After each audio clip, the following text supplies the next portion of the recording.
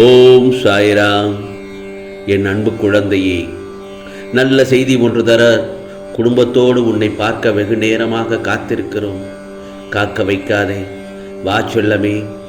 உனக்காகவே, உன்னை காப்பதற்காகவே நாங்கள் உன்னை தேடி வந்துள்ளோம். பெரும் மகிழ்ச்சி உனக்காக காத்திருக்கிறது. நீ என்மேல் காட்டும் உண்மையான அன்பிற்கும் பக்திக்கும் உன்னை நான் உயிருக்கு உயிராய் காக்கின்றேன். உன்னிடம் இல்லாததை பற்றியும் உனக்கு கிடைக்காததை பற்றியும் நீ நினைத்து ஒருபொழுதும் வருத்தப்படாதே. ஏனென்றால் அனைத்து திறமைகளும் உனக்குள் தான் இருக்கிறதல்லவா? நம்பினால் எதுவும் சாத்தியமாகும். கரையாததும் கரையும். இதுவரை நடந்ததெல்லாம் ஒரு கனவாக நினைத்து மறந்துவிடு. உனக்கு தேவையான கல்வியாக இருந்தாலும் சரி, செல்வமாக இருந்தாலும் சரி, நல்ல வாழ்க்கை துணையாக இருந்தாலும் சரி, அனைத்தையும் நாங்கள் மூவரும் ஆசீர்வதித்து உனக்கு தரப்போகிறோம். மகிழ்ச்சியாக கேள். உன்னை யாராவது தலைகுனிய வைத்தால் தலைகுனியாமல் நிமிர்ந்து நில். உன்னை யாராவது புகழ்ந்தோ சிறப்பித்தோ பேசினால் அங்கு தன்னடக்கத்தோடு இரு. அப்போது உனக்கு மேலும் மேலும் வெற்றி தேடி வரும். உன்னை யாராவது விமர்சித்தால் அவர்களிடம் மௌனமாக இருந்துவிடு. ஏனென்றால் அவர்களுக்கு தெரியாது உனக்கு பின்னால் நாங்கள் இருக்கிறோம் என்று. அவர்களுடைய விமர்சனத்திற்கு சரியான பதிலை உன் சாயப்பா நாங்கள் அளித்து விடுவோம். உன்னை யாராவது அன்பு செய்தால் அவர்களிடம் உன்னுடைய தூய்மையான அன்பை வெளிப்படுத்து. பழி சொன்ன யாருக்கும் உன் வாழ்க்கைக்கு வழி சொல்ல தெரியாது.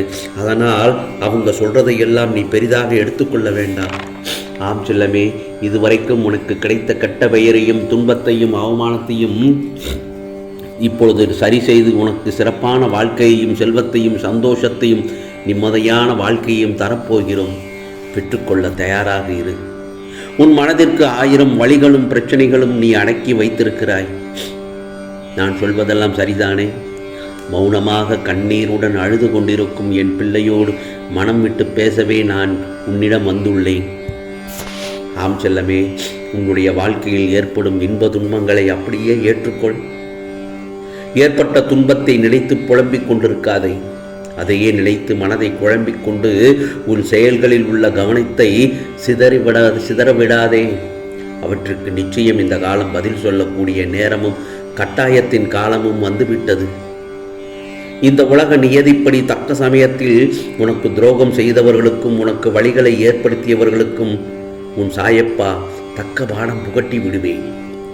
எப்படிப்பட்ட சிக்கல்களில் இருந்தும் உன்னை வெளியே கொண்டு வருவேன். பயம், கவலை, விரக்தி இவையெல்லாம் உன்னை ஆக்கிரமித்து கொள்ளாமல் இரு. இது என்றைக்குமே உன் வளர்ச்சிக்கு அது தடையாகத்தான் இருக்கும். ஆகவே தோல்வி ஏற்படுகிறது என்று கவலைப்படாதே. நிச்சயம் அவற்றிலிருந்து நிச்சயம் வெற்றி பெற்று விடலாம். பிறகு நீ உன் லட்சியத்தில் கவனமாக தொடர்ந்து முன்னேறிக்கொண்டே இருக்க வேண்டும்.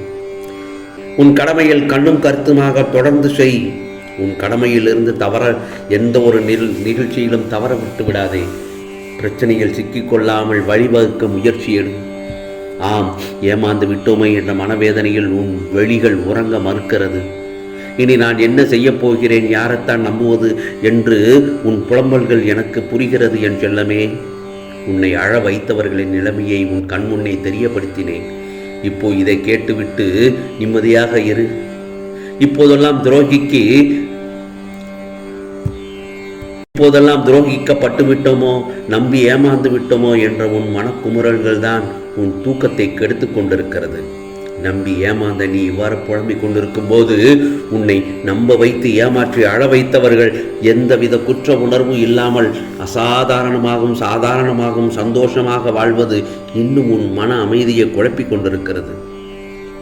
நான் சொல்லுவதெல்லாம் சரிதானே? ஒன்று மட்டும் நல்லா தெரிஞ்சுக்கோ. ஒருவன் செய்யும் நல்லவையும் கெட்டவையும் அவன் கணக்கில் உடனே எழுதப்பட்டுவிடும். அது பாவமாகவும் புண்ணியமாகவும் அவன் கணக்கில் சேர்ந்துவிடும். அவன் செய்த வினைகள் மீண்டும் அவனிடம் வந்து சேர தயாராக இருக்கும். ஆனால் அது அவனிடம் வந்து சேர சரியான கால நேரத்தை பார்த்து கொண்டிருக்கும். கெட்ட நேரம் என்ற சூழ்நிலை வரும்போது அவனுடைய கர்ம வினைகளை அனுபவித்தே ஆக வேண்டும். என்ற கர்ம வினைகளை அனுபவித்தே ஆக வேண்டும் என்ற காலங்கள் வரும்போது அவன் செய்த அத்தனை பாவங்களும் கழுத்தை நெரிக்க துவங்கும். அவனுடைய கர்ம வினைகள் எல்லாம் அவனை மூழ்கடிக்கும். கர்ம வினைகளின் எதிர்பலன்கள் அனுபவிக்கும் அந்த தருணத்தில்தான் பலர் மனம் திருந்தி தான் செய்த தவறை உணர்வார்கள். தான் செய்த பாவங்களில் தானே சிக்கி தவிக்கும் போதுதான் அந்த பாவங்களுக்கான பரிகாரங்களையும் மன்னிப்புகளையும் கோரி அலைவார்கள். அப்படியாகத்தான் உன்னை ஏமாற்றி சென்றவர்களும் உனக்கு துரோகம் இழைத்தவர்களுக்கும் அவர்களுக்கான கால நேரம் வரும்போது அவர்கள் செய்தவற்றை எல்லாம் உணர்ந்து உன்னிடம் மன்னிப்பு கோர தேடி அலைவார்கள். பாவங்கள் ஒருவனுக்காக காத்திருப்பது போலவே நீ செய்த புண்ணியங்களும் கால நேரம் வரும் வரை காத்து கொண்டுதான் இருக்கும். இதோ உனக்கு நல்ல நேரம் துவங்கும் போது நீ செய்த அத்தனை புண்ணியங்களும் தானங்களும் தர்மங்களும் உன் தலைகாக்க ஓடி வரும் என் செல்லமே. மேலும் இந்த சாயப்பாவின் மேல் நம்பிக்கை வைத்த யாரையுமே யார் முன்னாலையும் மண்டி போட்டு நிற்கும் நிலைமையை விடமாட்டேன். மேலும் இன்றைய விடியல் உனக்கு அற்புதமான விடியல். என் செல்ல பிள்ளைக்கு இன்றைய விடியல் நல்லதாக நடக்கப் போகிறது. ஏனென்றால் உனக்குள் நான் இருக்கும்போது ஏன் யாரும் இல்லை என்று புலம்பிக் கொண்டிருக்கிறாய்? அந்த எண்ணம் முற்றிலும் தவறானது என் செல்லமே. எல்லா சுமைகளையும் என்னிடம் கொட்டிவிட்டாய் அல்லவா? பின் ஏன் வருத்தப்படுகிறாய்? உன்னை இக்கட்டான சூழ்நிலையிலிருந்து மீட்டு கொண்டு வந்து விட்டேன். இன்று நீ நிம்மதியாக இரு. சூரியனைப் போல உனக்கு வெளிச்சம் தருகிறேன். நீ யாருடன் எப்படி வாழ வேண்டும் என்று மனக்கோட்டை கட்டி உள்ளாயோ அதே போல உன்னை வாழ வைக்கப் போகிறேன். உன் போராட்ட வாழ்வுக்கு எல்லாம் முடிவு கிடைத்து விட்டது. என்னிடம் மனம் நிறைந்து உனக்கு தேவையானவற்றை பெற்றுக்கொள் என் செல்லமே. உன் புண்ணிய கணக்குகளை எல்லாம் நான் கையில் வைத்துக் கொண்டேன். உன் வழியில் என்னை நினைத்து கொண்டாய் என்று எனக்கு நன்றாக தெரியும். இனி எல்லாம் சாயப்பா பொறுப்பு என்ற தைரியமாகவும் சந்தோஷமாகவும் இரு. உன் குடும்பத்தில் உள்ள அனைவரையும் அரவணைக்கும் பொறுப்பு எனக்கு உள்ளது. ஏன் தெரியுமா? நீ எவ்வளவு உயர்ந்த நேர்மையான பிள்ளை என்பதையும் காசு பணம் இல்லாமல் போனாலும் சுற்றி உள்ளவர்களை தூய்மையாக நேசிக்கும் உள்ளம் கொண்ட என் பிள்ளை என நிரூபித்ததால் தான் மகிழ்ச்சி என் செல்லமே. நீ ஒவ்வொரு பிரச்சனையிலும் தத்தளித்து கொண்டிருக்கிறாய் என எனக்கு நன்றாக தெரியும். இதெல்லாம் அனைத்துமாக மாறுகிறது. உனது எண்ணங்கள் அனைத்தும் நிறைவேறும் நேரம் வந்துவிட்டது. யாரும் இல்லையே, எல்லாம் தவறாக நடக்கிறதே, என்ன செய்வது என்று நினைத்து மட்டும் புலம்பி விடாதே. உன் சாயப்பா நான் இருக்கிறேன். உன் சாயப்பா உன்னோடு தான் இருக்கிறேன். உன் வீட்டில்தான் குடியிருக்கிறேன். உன் மனதில் குடியிருக்கிறேன். என் பிரச்சனைகள் எப்போது முடியும் என்று எப்போதுமே கேட்டுக்கொண்டே இருக்கிறாய் அல்லவா? என் செல்லமே, உன்னிடம் ஒன்றை சொல்ல வேண்டும். உன் துயரங்கள் இப்போதே தீரும் என்று என் வார்த்தைகள் நம்பு. அந்த அளவிற்கு என் வார்த்தைகளை நம்புகிறாயோ, எந்த அளவிற்கு என்னுடைய வார்த்தைகளை நம்புகிறாயோ அந்த அளவிற்கு உன் துயரங்கள் முடிவுக்கு வரும் நேரம் வந்துவிட்டது. நீ மனம் சோர்ந்து விடாமல் தைரியமாக மட்டுமே இரு. எதையும் எதிர்கொள்வேன் என்ற மனநிலை மட்டுமே நம்பிக்கையை கொடுக்கும். தளராத நம்பிக்கை கொண்டவருக்கு முடியாதது என்று எதுவுமே இல்லை.